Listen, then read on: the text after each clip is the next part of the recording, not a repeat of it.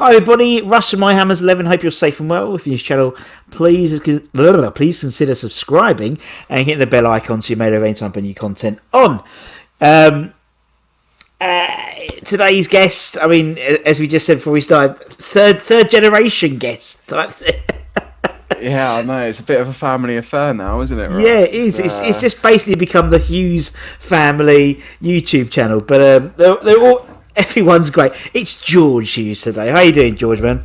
Everyone, yeah, younger generations. You've had my uncle on, Graham Watts. You had my, I don't know if I want to admit to being related, but you had my mum on, Jackie Hughes. Get in tune with a bit of a younger generation. It is.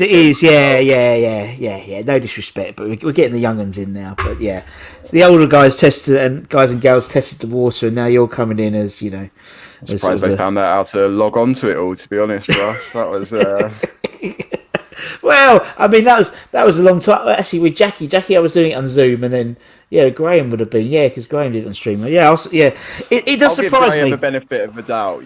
With he's a director, he's been behind the camera a few times. He should know what he's doing. Should know his way around. You would hope so. But do you know what? It's surprising how, because obviously I'm very fortunate enough to interview loads of footballers or ex-ammers and stuff, and none of them know how to do it. They're just they're all technophobes.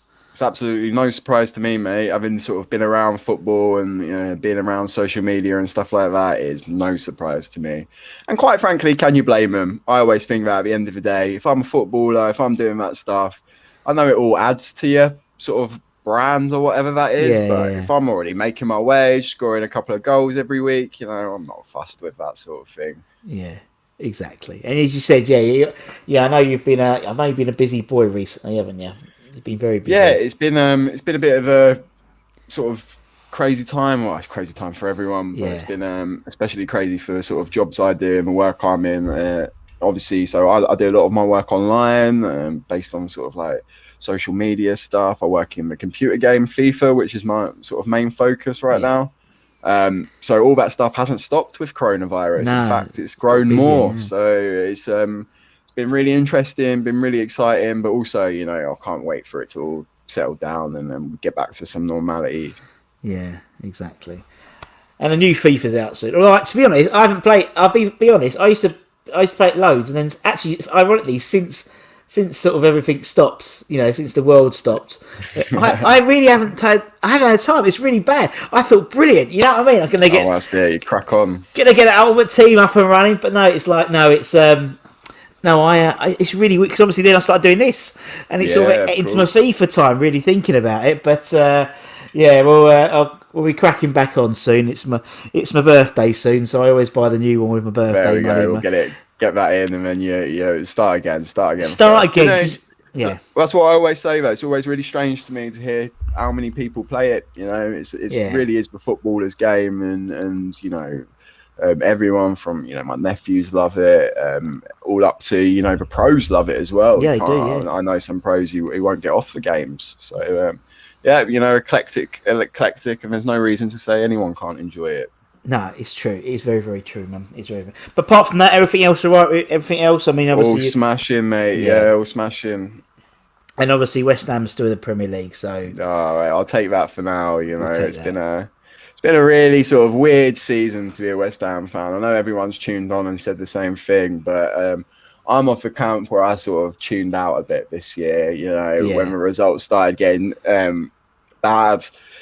It wasn't even results that were bothering us. It was the performances, and it was just one of them things where I felt a bit like I was wasting your time. And when you ain't got a season ticket, you ain't got games to go to, it's hard to stay motivated and really, follow the team. But that being said, new season, I didn't expect to be, but when the games kicked off, I was actually well into it.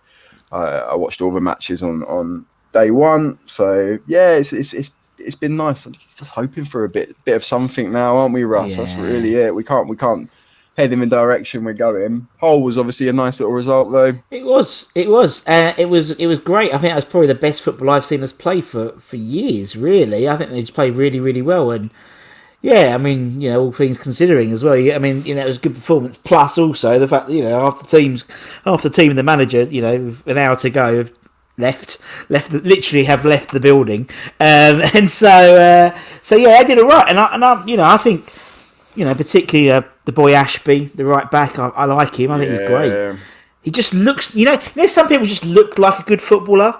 When he's like playing, like, I know you play six-a-side or whatever, and the kid and position, and they turn up and you think he's going to be good. He looks like a good player. Yeah, like a nice, tall, skinny midfielder. You think, he's perfect, pinging balls around. Yeah. Luka Modric, stuff like that. Yeah, it's strange. I think one thing about any youth prospects coming through our team is I've learned to be so wary about it. Yeah.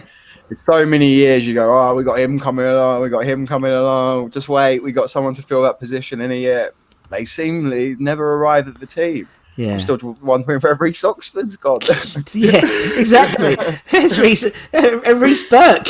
I mean, I'm still waiting for Chris Cohen to get a game. But yeah, no, it's a little bit. But yeah. That's, obviously the story of our club, unfortunately. At least in the recent years, it's been one of the things, like I'm sure you do as well, Russ, take a little bit of interest in the youth prospects and the teams coming through. And it's a shame, really. It's a shame. But then again, I don't think we're hugely different from a lot of the clubs at our level. It's to go from a youth team and really crack into a middling club. When they can go to France, they can go to Spain, they can go to Italy, buy someone in your position who's been doing it for 20 years at no cost. It's always going to be tough, and we don't have the luxury of developing talents at the same pace that your Chelsea's and Man City's do.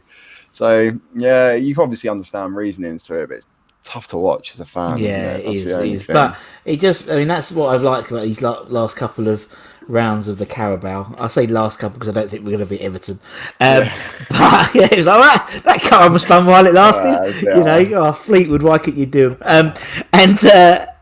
But it was nice because there's been a nice bunch of, it's nice to see a few, and also it sort of gives you a bit of, when you sort of have your reserve team as it's been referred to, and it includes like Haller, Yarmolenko, Anderson, Lanzini. You're thinking sometimes, okay, it's not, our squad ain't terrible. You know what I mean? It's like, then you have to ask, why are they in the reserve? Yeah, exactly. That's the thing, it's there's some stuff happening at the club, and I try to give them the benefit of the doubt, and what will be as far as I'm concerned. I ain't no point me stressing about it. I don't think David Moyes is thinking, what is George thinking in his bedroom? Let's do something. Yeah, I mean, bless him. He's self-isolating as well, isn't he? So he sat there just like thinking, I don't feel well. I've got a sore throat. And on top of that, what is George Hughes thinking about? Yeah, exactly. He's here about the team situation on the podcast. Yeah, exactly. But I mean, it is what it is. I mean, as you said, I mean, you've lived probably West Ham many times over with your mum and Graham as well. So it's like, they've been through it all. Nothing's been different since they were. It's really weird you say that, Russ, because almost like people will know my family, but we've obviously got a big generation of West Ham fans. My granddad grew up in the homes around Upton Park and stuff like that. Raised my mum and all of her siblings as West Ham fans, and I'm the youngest out of my sibling group. So I've got brothers and sisters who are a bit older than me, and all West Ham fans again. Yeah, and I think that's obviously really common that you get born into a football club family. My dad's Everton. Don't ask, not even worth going into. But so assuming everyone in our family was West Ham, there was no choice becoming a West Ham supporter. But what I think is weird is you do inherit some of those feelings towards the club. It's not I'm obviously going to support the team, but the opinions and like the attitudes I've sort of grown up with West Ham, that's all my uncle and my cousins, and growing up listening to them about Avram Grant and all this stuff, and when that was all happening, even though I didn't experience it myself, you sort of it passes down for you. It feels like it does. It feels like my granddad, whatever matches he were watching and stressing about, I feel like they've come down to me on my chest, and you have to carry the torch as it may be. Yeah. Well, I mean, that's the thing. I think you're right. It's like, and I think it is. you get sort of hardened, like when I was a kid and I started playing the guitar, your fingers have to get hardened, don't they? That's it. Because it bloody yeah, otherwise it bloody hurts. And I think that's it with a West Ham fan as well. In that you have to but then that sets you up for the rest of life. I think knowing that nothing's going to literally fall on your lap. You're not going to get a Qatarian, or maybe not a good example, but a billionaire, take over the club again. And you're not going to be able to do the solo day one. Oh yeah, you got to grind for it and have a bit of pain through it. Grind up and then move up. Then you might do Sunshine Over Your Love, and then eventually, and then you can get on to doing the. Then you can get to doing the Sweet Child of Mine. And that's the thing with West Ham fans. I think you just have this sort of like. You've got calluses already, but you know what I mean. You go in and everything. You'll beat Hull 5-1, a really good game, really good. And the first thing you say is, "Oh, but we'll lose against Wolves on Sunday." It's like, but that's it. That's being a West Ham fan. I won't be the first, and I won't be the last to say, but it makes the highs a whole lot higher, doesn't it? It does. So you take it where you can, but wouldn't change it for the world. No. I think West Ham is. To me, it feels like a club that gives their fans more identity than any other club I can imagine in the Premier League. I feel such like a kinship and such like with West Ham fans from all over, especially in the sort of East London, Essex area when I'm from. It's almost you're born into a brotherhood almost. Very strange growing up around here and being a West Ham fan. But immensely proud of it, and it's a big part of my family. I feel like it is the sort of claret blood that runs through the. It really is. It really is for you guys. Yeah, that is. And I know exactly what you mean. Exactly what you mean. It's like when I go on holiday, I literally always. My wife hates it, but my suitcase is literally full of West Ham shirts, and I'll be at the pool every day in a different. And then because you'll meet someone. They'll always meet a West Ham fan. And they'll be sound enough, wouldn't they? That's the thing. He goes, still ain't side no one. Yeah, I know. It's like it's easy. It's like me and my daughter. She's 8, and we always travel in colours. That's what we always do. Nice. Ever since she's been like young, she does it. And it is a kid. You're right. It's like a brotherhood. I've said it before. We've been social distancing for years because we don't shake hands. We just go, orange. Yeah. And then just nod. That's it. That's all we do. But then that is everything. But it's not. Yeah, such a small action. But we know we've got this bond, and it's lovely. It's lovely. Definitely. And I've been so grateful. That my mum was going football long before I was going football. For me to just be like all of her mates and all the people she knows, just sort of consumed me into the group, and related to Chucky. You're fine. You're in. Don't worry. You got past. So I've really been enjoying the football going experience the last couple of years. It's been match days and stuff have been a real good time. So I'm looking forward to that start up again. Yeah, it would be. Yeah, whenever it happens, it would be nice. I think everyone will appreciate, not just from the fans. I think football in general, like the football bodies and stuff. I think they appreciate fans more now because they realise it loses something, doesn't it? I mean, you can have. Behind closed doors, but you miss the fans, and I think that a lot of the players miss it as well. Yeah, it's such a big part of the sport. It's not even worth discussing. Everyone realises it. What's your team without people cheering behind it? Yeah, but some players obviously probably benefit. They're not having the best of days, but I would take that. Yeah. Right, anyway, usually I ask people why is West Ham their club, but to be perfectly honest, George, I think it'd be a waste of your time because everyone knows why you're a West Ham fan because we've already mentioned because your mum and that's a great thing. And it's and there's some people I know, as I said, who might have deviated. There was one guy we interviewed the other day. He was brilliant. He just said my daughter when she was 9 wanted to become a Liverpool fan, and I just turned to her and I said, "Well, that's great. Where are you going to live?" She didn't understand. You had to go to her mum, and the mum asked, go back and tell him you're sorry, and yes, you support West Ham, and it is very true. My daughter said, no choice in our family as well. No. I think one thing is, my niece. I've got a little niece. My mum's second grandkid it was, and her dad's Arsenal, and he's a big Arsenal fan, like North London born and bred. He has every reason to be supporting Arsenal. etc., etc., etc. So we cut a deal before the baby was born. If it's a boy, you can have Arsenal. If it's a girl, you can have West Ham. Brilliant. And luckily, we got a granddaughter. I've got a niece, and she is as big as West Ham fan as anyone else in our family. That's brilliant. So, yeah, we've got all the contingency in place. I love the way there's this negotiation period. It's brilliant. I love it. And led by my mum as well. I can imagine, Exactly. The terms are laid on the table. Here's what's happening. There's the claret baby grow. And, I've got that to look forward to, I suppose. But Yeah, well, I think, hopefully, I think there wouldn't be such a tense contract negotiation period. I think we're assuming my girlfriend right now, all of our family are West Ham and East London as well. So that was a big bonus for mum. So I mean, my family, they're all West Ham. I never had a chance. And then my wife, her side were West Ham anyway. And I mean, it was We had negotiations when it came to the wedding. I just said, look, you can do what you want, but I just want to pick the colour scheme. And her face just dropped and went, colour and blue in it. And I went, yeah. And that was it. And then my first dance was the Dean Martin version of I'm for the Blowing Bubbles, which, beautiful, so just... Beautiful. Just a little bit of rap. I think a story of mine quite interesting is, so when I came out of university, my background, I studied film and TV. So a bit like you, I was looking to get into like digital stuff behind football clubs. I've loved my sport.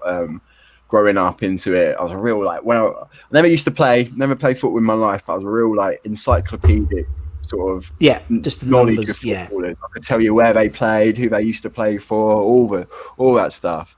So I came out of university and I was keen to find a job in football. I went through some schemes and some stuff like that, and I got into this amazing work scheme. It was called Dream Job in Blank, and it was run by Barclays at the time. So obviously they were doing a lot of stuff like this. And the idea was they would take uni students and it'd be dream job in fashion, dream job in music, and they'd put you on a work experience at some amazing place. So I got into beating God knows how many other people, dream job in football. So I was like, oh my God, amazing. They're going to put me with the Prem Club. I'm going to learn all this stuff.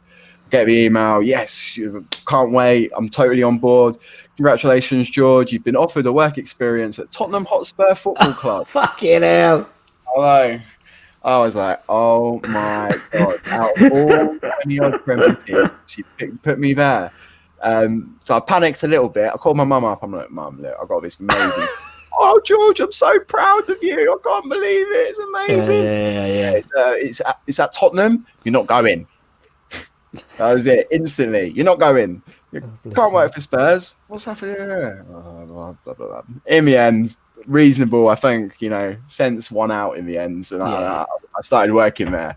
And luckily, when I started working, there was no Spurs fans in the entire office. I was working with one guy. He was a Newcastle fan. We had a Man United fan. We had some French football fans.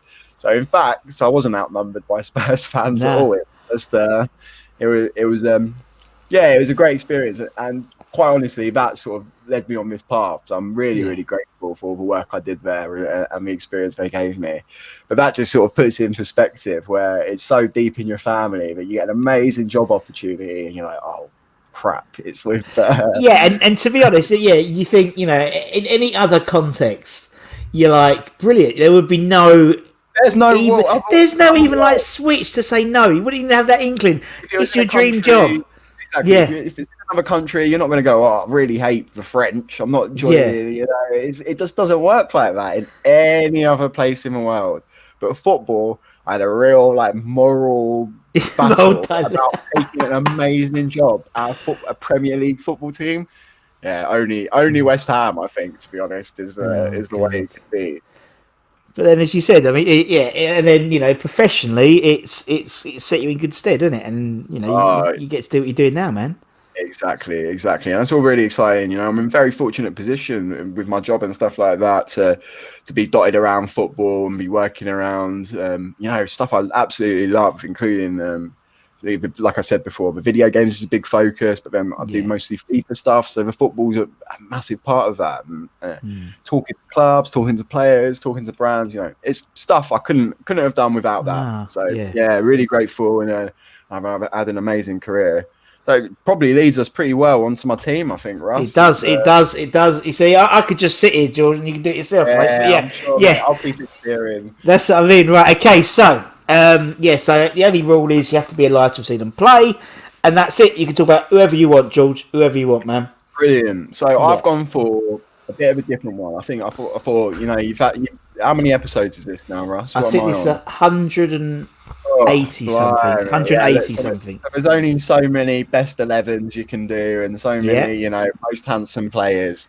So I've stayed true to myself, and what I've done is I've gone through and I've found the highest rated West Ham players on FIFA for the last 10 years. Brilliant. So this is not my opinion on my favourite players I've seen. It's not anyone's opinion. It's EA Sports, the people who make FIFA, and who they have decided is West Ham's player in that certain year. Love it. So it's going to be quite interesting. It's only the last 10 years, obviously, a computer game, but I'm not that old anyway, so I haven't seen too many players. There's no legends, so I'm sure you know, Russ, but in the game, EA you can play as, all these old superstars, your Pelés, your Ronaldo R9s. So they have Bobby Moore, Rio Ferdinand, the Croatian striker, I forget his name off the top of my head. Suker, they'd have Lampard. Loads of them. There's loads of icons, but I ain't done any of that. I've kept it to players who have played for West Ham and that certain year. Love it. Go on, now we'll start in goal then, George, and then we'll work our way up. All right, we'll start in goal, and I think it's going to be a bit of a surprise to people if you're thinking in the last 10 years who's probably the best keeper on stats alone that we've had. And EA chose Rob Green, and this is way back at the beginning. The first ever year of FIFA ratings, Rob Green was rated 84. Was one of the best keepers in the country, in fact, as far as they were concerned. One of the best keepers in the country, one of the best in the Prem. And as a fan, my sort of memories of Rob Green and what he did for the club and sort of thing, in my head, it's only sort of positive. I don't really have hugely negative things to say about Rob Green and his relationship with the club. He obviously never really reached the heights, but I don't know what heights people were expecting back then. It's you kind of had West Ham expectations, didn't we? Yeah. So as far as I'm concerned, Rob Green is a top man, good servant for the club for what he did. And 84 rated. I don't know. I'm sure you saw him play back then, Russ. I'd say give him an 84. I think, I think, to be honest, you got to think, 10 years. Yeah, Greeno. Fabian's right around the England cap, World Cup time. Exactly. To get the USA game, but well, that's the thing. I think that's the only thing. That's the only blotch on his career, particularly at West Ham. I think, and who's to say you're doing pretty well if your blotch is in a World Cup group stage. Yeah, that's a good point when you think of it like that. Yeah, it's not a blotch many players get to have. It's true. And when you have like we interviewed Jimmy Walker the other day, and he put Rob Green instead of himself in the team because he was just like such a model professional, and that's what and that's who he tells always, because he does obviously coaching Ipswich, and he just says any young lad coming in, young goalkeeper, that's the person I'd say look at him, and that's how you want it. And I get that.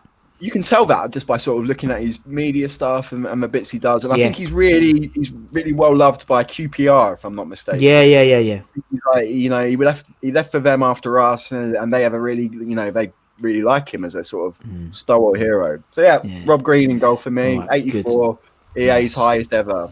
Love it. And obviously, honourable mention, Joe Hart was very, very close to getting into it, fresh off his move from, Juventus and stuff like that, but Rob Green sticks through, so I'm quite pleased with that. Right, Green name. Go on then, you carry on, man. You carry on as you want to go through. Sweet. So we'll do right back and sort of left back here. They're both playing as right back, but it makes sense for what it is. So we have Zaba in one of them, and I think that's given considering the career the man's had.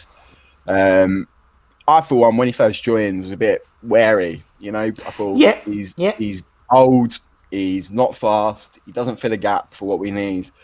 But then his period hasn't been obviously with the most successful period we've had. You know, it's been a struggle since he's come on board, but I think that's a team thing generally.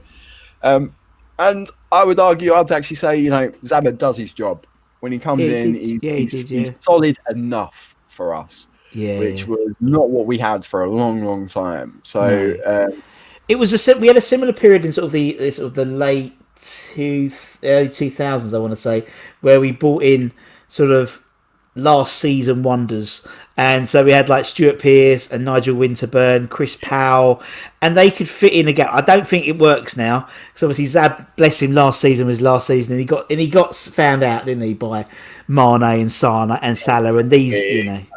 I think we can't discredit how much the game itself has changed. No, definitely. Liverpool have come in, and Man City, Pep's Man City have come in and they've absolutely smashed up the way that Premier League football is played now. So to have super solid, you know, big, strong fullbacks isn't the way. You look at a team like Liverpool again, how they're building with Alexander-Arnold and Robertson. These are absolutely pounding fullbacks, always high up the pitch. So, good shout.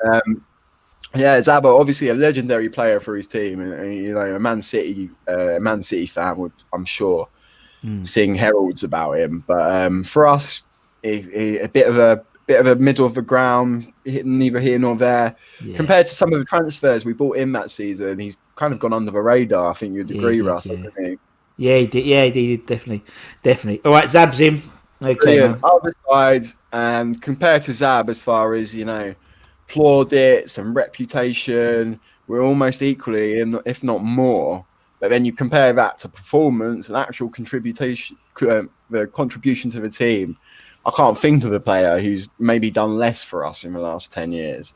So at left back, we have Alvaro Arbeloa.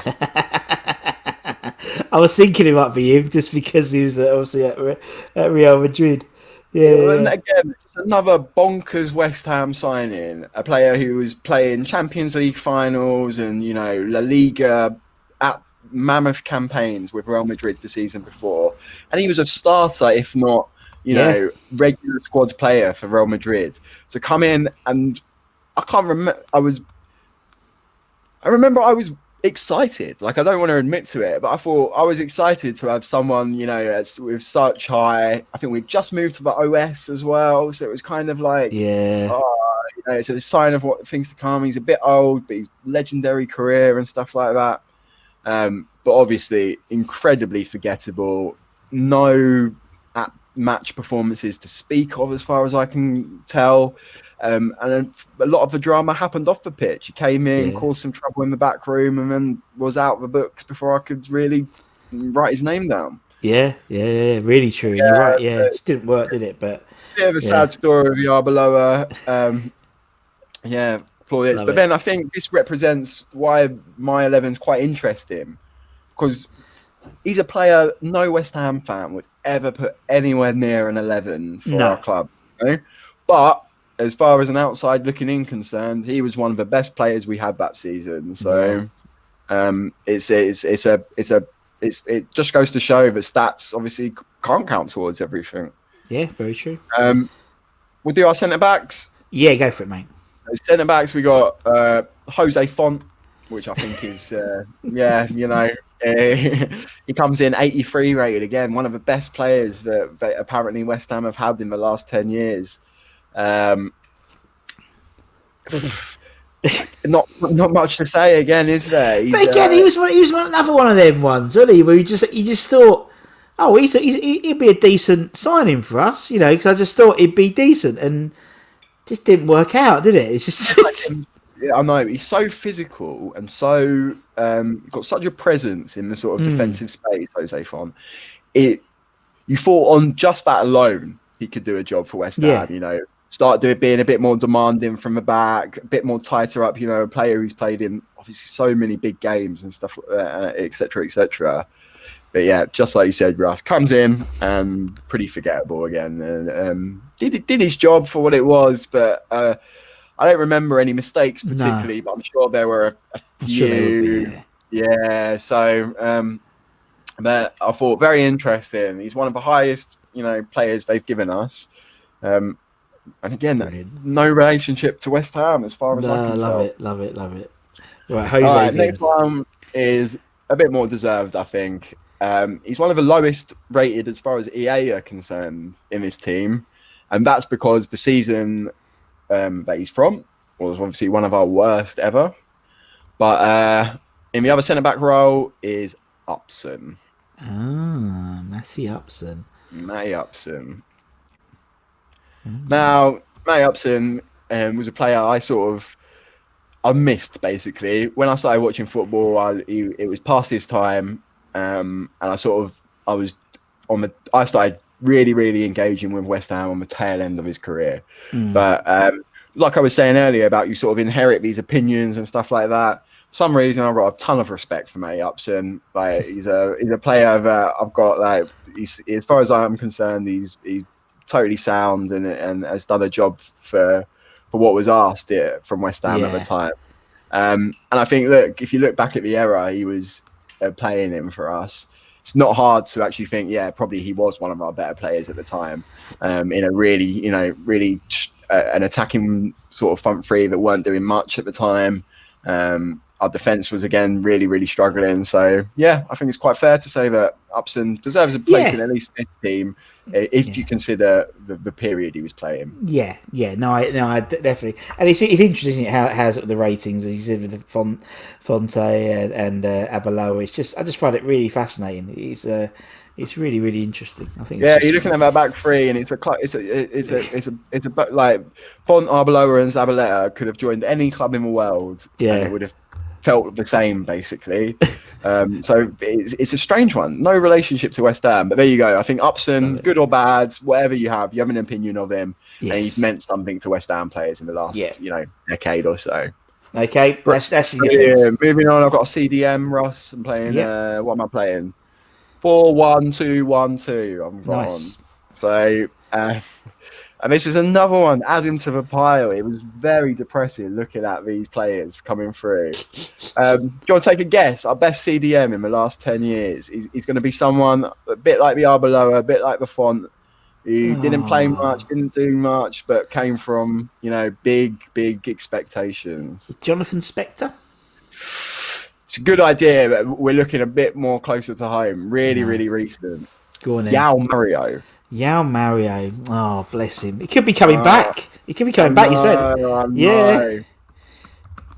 Yao Mario. So Yao Mario, as far as I'm concerned, is probably one of my biggest disappointment signings of the last couple of years. I know we've had big impact with Hernandez and these guys coming in who we expected lots from. But Yao Mario has been talked about in sort of really respected football statistician. For years, everyone's been saying that Yao Mario would be top CDM in the world, playing for Liverpool, playing for Real Madrid, bossing the Portuguese midfield. So you think when West Ham somehow ends up with a player like that on our team, that you would get a certain level of defensive prowess, you'd see something being happening. Obviously, where he come from Inter, didn't he, Mario? So another big club.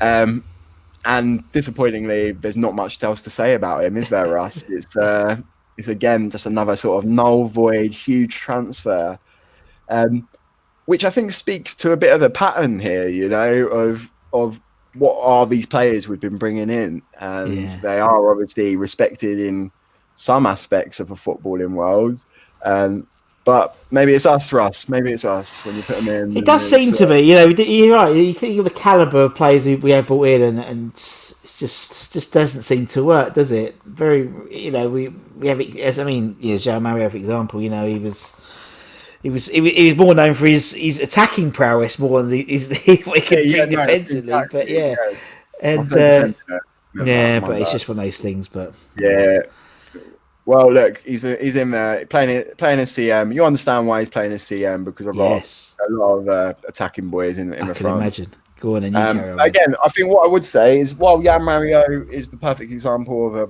very sort of highly rated player who came in and did not much. I think Ogbonna, on the other hand, was a guy who, before he left Juventus for us, he had a lot of. He was being spoke about for a long, long time as a very solid defender for a lot of teams.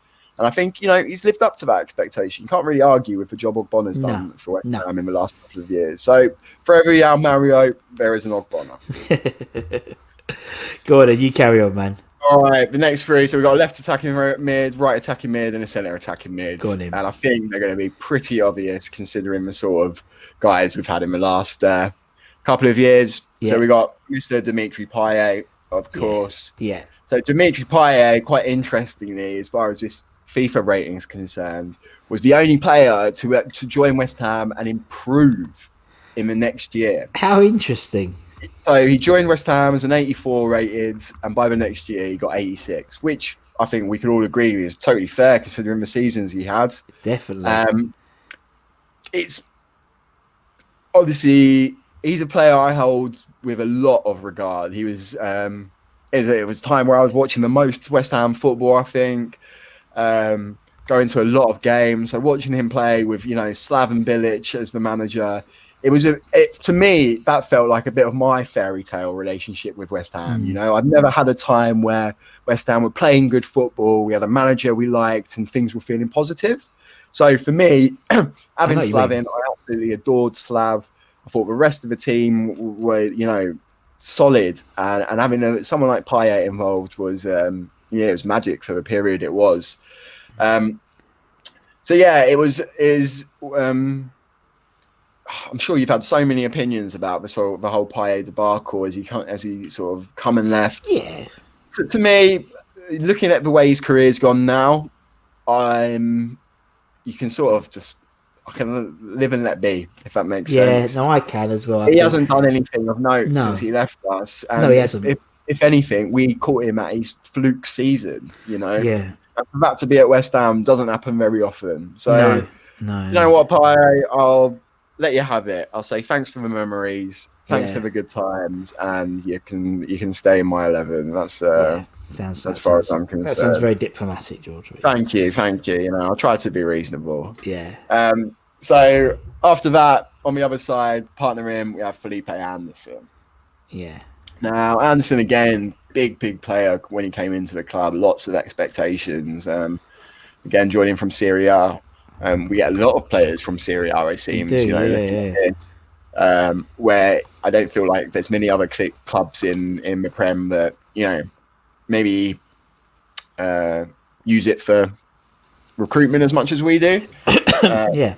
I know Chelsea like a Serie A player, etc., but we really do get them. And it seems like when they perform well in Serie A, West Ham are right on it. I don't know what that's about, but there they are. Anderson, I want to reserve judgment. Obviously, coming into this season, he hasn't played a whole lot. And it's been, one of the big question marks around the squad for me. I understand that we've been in positions before where, our most creative and most attacking players don't necessarily fit into the squad. But I think watching the games most recently and even from last season, I find it really hard to imagine a way we can play, positive football without Anderson in our team. So while I don't have hugely positive things to say about his, performances so far in the shirt. On the other hand, I don't have many negative things to say. I think he's still giving him time. I think I want him to come good. There's glimpses, isn't there? There's like glimpses where he does something. You go, see it. But then that's just West Ham though. We have glimpses like we beat Chelsea 3-2, and then we'll lose to Burnley. It's just he's such a West Ham player. He definitely is. I think no one can deny the technical ability. No, you know what I mean? No. You see him do some stuff with the ball, and it boggles the mind. And to have players like that is so exciting on the team, where they can, confidently drive at players and. What I like about Anderson is he tries to hold his possession a lot. He's not one of our biggest players. Get him the ball as soon as it comes to his feet. He's comfortable with it in possession, and will try and do stuff. It's a bit like Lanzini, a bit like these other guys. Yarmolenko when he was in and stuff like that. So you can see what we're trying, but Yeah, I think the key thing is now we just got to have to wait and see what's going to happen with that sort of attacking situation at West Ham. Yeah, on the rating thing, I think it's pretty expected. He was hugely rated before he came to West Ham. He was a very, very, sought after player, and for us to land him was a big coup, to be honest, at the time. It was. I mean, that's part of the reason. I was talking to someone the other day who's like an older, a more experienced fan, I call him, and he when these players come up, in terms of who we're going to be, where we're going to try and bid for, he might not know him, but he asks his kids because. Coming up, it's like like when Anderson, I knew Anderson because of FIFA, not necessarily, and it's quite funny how we use that as he's quite good, he's quite good rated, he's got he's quite quick, So it's a big part of my sort of relationship with football, to be honest. I'm hugely, like I've said, obviously the video games speak for themselves, but I'm hugely into in my fantasy Premier League, and I love listening to podcasts and breakdowns of lots of analytic stuff about the game. So for me, when I see these players like Felipe Anderson, when you've heard their name come up for years and years and years, or players for the future, players to watch in Serie A, players to blah blah blah blah blah, it's exciting, and you can't help but be a little bit disappointed where that potential doesn't really add up. But yeah, I like that about asking the kids who the players are, because it's totally this situation. We have access to the whole world of football, so it's like when we signed. Someone mentioned the other day when we signed Emenike, like years ago. It's like I knew him because of FIFA, because he was always like so overpowered. And quite interestingly, like it's the whole sort of FIFA West Ham FIFA player. When a player can ascend his reputation within the game, big example of that is Akinfenwa. He's the sort of blueprint for it now. But Akinfenwa was a guy playing non-league. No one really knew who he was. And then a YouTuber, this KSI, made a video about him. It went hugely viral. And Akinfenwa has been able to absolutely have an amazing career doing, sponsorship stuff, branding stuff as Akinfenwa. Mental, but I mean, really, and it's actually really timely as well, because obviously, on BBC Sport Red Button on Monday was hashtag, and with Spence and that lot, that's that's all from FIFA. That's it's the same thing, which is mental when you think about it. I worked for Spencer and hashtag. I used to work with those guys when they first started, and I think you're totally right. He's the perfect example of how that world can ascend, each other, and they're not necessarily bound apart. It's very similar. There's so much linkage between, the digital football world and the physical football world. When I see any sort of resistance to it, it does annoy me, because I feel like it's just ignorance. It's the way the world's going. If you're upset that the kids are, excited about their new FIFA launch or whatever like that, you're never going to get anywhere with this sport. So it's to me, the work Spencer and those guys have done a testament, and they're obviously big West Ham fans as well. So we'll keep it in the family. And it's nice for them, to be based in Essex. A lot of the stuff hashtag do based around Essex. They're based in Pitsea now for their football club and stuff like that. So, for us, local pride. Definitely. And you're right. I mean, but it's interesting, isn't it? How it sort of, FIFA, like the game, is ascended into sort of modern culture more now. It used to be but I think that's everything in general. It used to be gaming and then the world, but now, because of even more in the last few months, because of lockdown, it's become like when you've got like Formula One, when you've got like Sky Sports F1 running a virtual Grand Prix. Do you know what I mean? It's like I'll show you. That's my racing wheel in the background. So. Oh wow! There you go. I'm part of it all, mate. Yeah, you're totally right. That was a great example of the F1 guys. That was almost seamless, the transition to virtual and real life. I think what we'll see lots more is people on the mainstream on telly. You're going to see lots of new personalities, lots of new faces of like entertaining guys, presenters, stuff like this. And you'll think, where have these guys come from? I don't know who they are. I don't know where they come from, and I guarantee it will all be from YouTube or it is, Instagram, stuff like that. I don't know if you watched Soccer Aid at the weekend. Yeah. Two lads on that, Philly and Chunks, and they were playing for England. One of them was a big guy, and they got people were cracking up over Twitter, and they were so popular for the event. They brought so many people to talk about their playing and what happened. And they're both two kids who started making YouTube videos about FIFA. So their journey from sitting in a bedroom having a laugh over whatever to going and playing Soccer Aid at Wembley with all these pros and stuff like that. It's mental, isn't it? To what can be done in this day and age. Yeah, it's very true. It's very true. When you think of it like that, it's incredible, isn't it? I mean, I said, as I said, the stuff that Spence is doing is just mental. I just think, it's, just from playing a computer game to now having, a team which was on the BBC FA Cup. It's meant. It's utmost respect for him. But anyway, Felipe Anderson is it? Yeah, definitely. So we've got Payet, Anderson, and the other guy completing the triangle. It's going to be Arnautovic. It's I think again another sort of obvious choice. Now Arnautovic, I think when we spoke about these other players, a lot of it, I've basically been pretty disappointed with the performance of my so far. Payet was obviously did a job. But Arnautovic, I think it would be unfair to lump him in with the rest of these guys who, big name transfers who come in, because I think he was our best player for a long, long time. For the seasons he was with us, he was one of the only players showing any sort of positivity in front of the goal and stuff like that. And I don't particularly think, while he was at the club when he first joined it, we liked him a lot as West Ham fans. The attitude, the spirit he brought to the games was everything we look for in a player. So I think this is a good example of where the ending can sort of tarnish the experience. Yeah, very true. Very true. Because very the circumstances that he left under were obviously not good. And the whole, I want to go to China, I don't want to go to China, let me out of my contract sort of thing.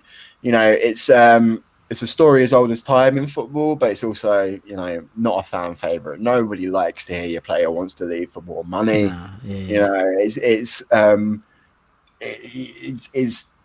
different type of like thing, because you think to leave for an opposition club, to leave for Spurs or something, you don't like it as a fan, but you can almost justify it as a player. You put yourself in their shoes and you think, all right, I love West Ham, but if I'm a player, am I really going to turn down a move to Spurs at this point in the career or whatever?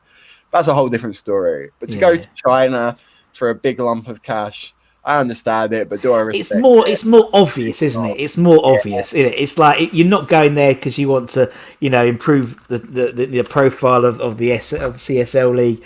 No, you're going there purely for the money, and so you look. So and it's all it's as a competitor, I would always question, why would you want to? You think you spend so many years playing football, you're still at a level where you're playing great football. You always say, I just want to go to the top. I want to go until I can't go any higher, basically. But then I don't know. Who am I to speak? But he's obviously got to a point where he thought, I can't be bothered with it anymore. You've got enough money. I'm not being funny. I know you can never have enough for some people. But you think, it's like, you're right. He was on 100 grand, I don't know, whatever he was at West Ham. These guys are multi-millionaires, and it's like, you just think... I guess it's all relative, like, Russ. If you're a multi-millionaire and you're spending millions a week, the more money's going to be nice, isn't it? But again, I think it speaks to the player, speaks to the man, and it is disappointing to have a player like that, leave just under shitty circumstances. And he's a guy who would have had, a lot of respect for West Ham. I think, if he stayed another couple of seasons, he'd be put in that legend bracket, because I just think he would have got Hammer of the Year eventually, something like that. Definitely. He felt like a player who was built for West Ham. And, yes. He didn't like it. That's what it came across as at the end. All right, Arnie's in. Okay. Yeah, we'll put Arnautovic in. All right, front two. Yeah. Again, I don't think anyone is going to be surprised considering our striker situation in the last couple of years. I want to say beforehand, look, I am a big Mikel Antonio fan. I think he's the only guy who's come into our club in the last sort of 5 or so years and has contributed massively towards. I know what you mean. You know, I love Rice in the team right now. Obviously, you love Nobes and these sort of guys, but you know, Rice came through the youth team. Antonio was one of the only guys who was a transfer. We went out and bought him, and he's come in. He's improved. He's done his job and more. He's obviously not been the perfect seasons for him. So, yeah, before I said, I want to say if I could put Mikel Antonio in, I would, because I think he deserves it on you know, just what he's had to go through these last couple of years. True. I mean, he's played everywhere, and he's played everywhere. Yeah, you could put him in any position, couldn't you? That's the trouble at the moment, yeah. We were playing him left back 2 seasons ago or something like that. All over the place we were playing him, bonkers. Yeah. Anyway, unfortunately, EA doesn't count effort and, you know, good spirit alone. They go on. How many goals did you score in the Bundesliga the season before? Yes. And were you very highly rated? So in that aspect, we have 2 players with almost identical stories. So one side is Mr. Chicharito himself, Javier Hernandez. And then on the other side, Mr. Sebastian Haller. Yeah. Didn't surprise me. No, me either, seeing these. So I don't really have much to say about them, but what I did think was just how interesting it is, how similar their stories are. So both players were playing for a Bundesliga club challenging for the title. So you've got your Borussia Dortmund, you've got your Bayern Munich, and every so often in a Bundesliga season, you get a Werder at Bremen, you get a Leverkusen, who they get a nice manager, they start scoring lots of goals, and they make that push for 4th, 5th, 3rd. You know, they do something, and the rest of the football world wakes up and watches them. So that was absolutely the situation with Leverkusen when Chicharito was just absolutely banging goals in. Yeah, he was. What that season with him playing at Leverkusen, it felt like, don't get me wrong, he never scored a goal that was, whoa, what a strike. Nah. You know, it was all tap-ins, it was all being in the right place at the right time. But you looked at that and you thought, how can it go wrong? How can it go wrong? We put the ball at his feet. This man is going to score goals for us. Yeah. And yeah, it clearly wasn't as easy as I've made it out to be. I think there's arguments definitely to be made about the type of service Chicharito was getting, the position we were playing him in. You know, when he was at Leverkusen, I think he played in front of a centre forward. So he was always had someone, you know, filling in those gaps for him and feeding balls through. It's not something we do at West Ham very well as far as getting possession to strikers. You know, it's a tough situation. Yeah. And when you look at the team we played him in, he was alongside these huge physical players. So you had Antonio, you had Arnautovic, you had all these guys who are big guys. So we'd get the ball forward. And then we would be swinging crosses in, swinging free kicks in to try and get someone's head on it. But our poacher is 5'0". Yeah, it just never made any sense. We played the wrong football for the right striker, and the striker was playing the wrong football for the right team. You know, it went totally wrong. Again, I think he's another player you can't argue with his career. What a legendary career he's had. You still hear Man United fans speak very, very highly of him. I think he's playing in MLS right now. I think he's at LA Galaxy, isn't he? He's at the Galaxy. You know, that sounds bloody perfect for him, doesn't it? Exactly. So I wish him well. Chicharito, do your business, but there's a pattern emerging, is all I'm going to say. Yeah. Which brings us on to Seb Haller. Yeah. And that's the same story. Playing for Frankfurt, was it? Yeah. And then just absolutely bagging goals. The opposite very much the same sort of player as Chicharito, as far as wasn't doing much creativity with the ball, but you'd get it to his feet, you'd get him in the box, you'd get possession to him, and he would score. And ultimately, I think you can see what the West Ham scouting department have done. They've said, totally. Who has good conversion? Who scores goals when they get the ball? These two guys in Bundesliga. Get them in. Yeah. Haller, I don't have any, insight towards. I wish I could. I wish I could sit here and tell you why he hasn't been performing and why he hasn't been scoring. Well, again, it's the same. You say the same thing about Chicharito. The same thing as it's exactly the same. The wrong formation for the right play. He played in the front three at Frankfurt, and he doesn't. And what a surprise! He can't play. Yeah, and it's just one of those situations where I don't know about you, but I desperately would want to avoid having another bloody striker who doesn't do anything for us. I feel like he's got to be good for something, It feels so silly to have him sitting on a bench using him as a sub player with Antonio striker. Bless him, I just said how much I like Antonio. But, yeah. He doesn't offer us everything we need as an all-in-all striker. No. So, clearly something's missed out on the way. But it is. But I think and everything is it's a thing where everyone, it seems every fan knows how to play it, but it doesn't seem to have. So it's like clearly if you played Antonio, Haller, and Bowen as a free, that is literally the blueprint. And we've seen when Haller played with Antonio, I think it was a Southampton game just before lockdown, and you could see it. You could just see it. The cogs, the touch. He's a player. There is no doubt the fact he's a player, and it's just that next step, isn't it? And it's just very frustrating. I love it. Like to watch him as well. He's so physical on the pitch. You feel like he's like, wow, what a player to have. Yeah. If he was playing at that level, he would bully defenders around. We would have a really formidable front three if they were playing football at a level of prep. You know what I mean? If you just put him there and looked at him, you'd be pretty scared. But then they start passing, and you think, oh, they ain't got anything to worry about. But so that's it. That's my 11. Good, man. Oh, I love it. I think for highest rated 11, as I mentioned, I think most interestingly out of all of this is that any time a player has joined West Ham, bar Payet, they haven't improved. So Haller joined, he's gone backwards. Hernandez joined backwards. But that's West Ham for you. But that's West Ham, that's FIFA. Yeah, that's it, mate. George, man, it's been great. Honestly, I loved it. It's been really nice chatting to you. And an hour has flown by, and it's just felt like nothing. So that's always a good sign.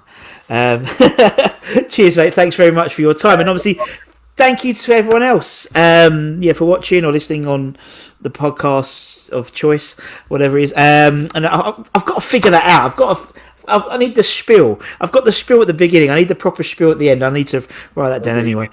If only I knew someone in social media. I don't know. Anyway, until next time. Like, comment, and subscribe, please. Yeah, like, comment, subscribe. Yeah, that's standard boilerplate, isn't it? Like, comment, subscribe. Brilliant. Thanks, Ross. Thanks. Anyway, come on, you irons, and take care, everyone. See you all soon. Bye bye.